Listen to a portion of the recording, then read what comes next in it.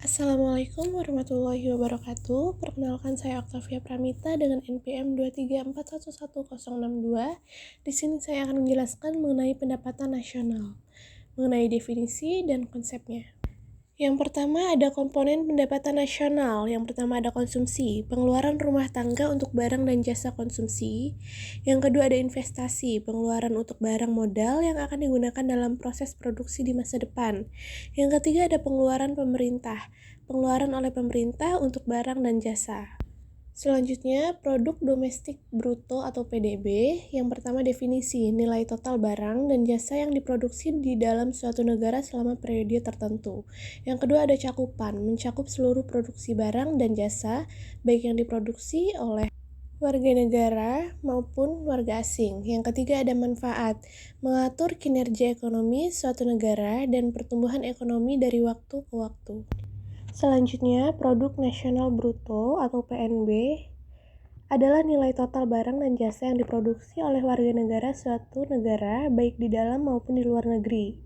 Perbedaan dengan PDB, PNB mencakup produksi warga negara di luar negeri, sedangkan PDB hanya mencakup produksi di dalam negeri. Kegunaannya, PNB lebih menggambarkan kesejahteraan ekonomi warga negara suatu negara.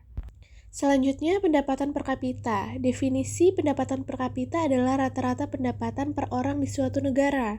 Pengukurannya dihitung dengan membagi total pendapatan nasional dengan jumlah penduduk. Manfaatnya mengukur kesejahteraan ekonomi dan standar hidup masyarakatnya. Selanjutnya, metode perhitungan pendapatan nasional. Yang pertama, pendekatan produksi, menjumlahkan nilai barang dan jasa yang diproduksi.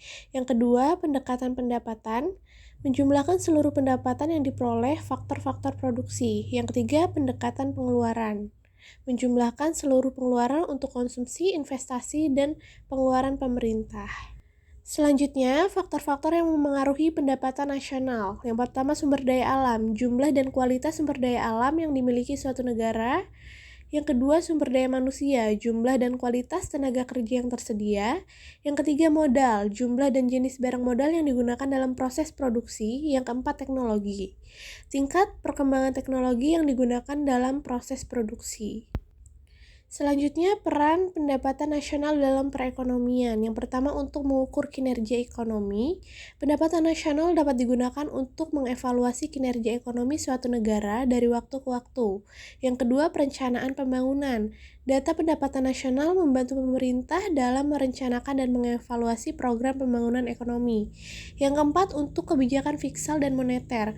Pemerintah dapat menggunakan data pendapatan nasional untuk membuat kebijakan fiskal dan moneter yang tepat. Baiklah, saya rasa cukup presentasi saya kali ini. Saya akhiri, terima kasih. Wassalamualaikum warahmatullahi wabarakatuh.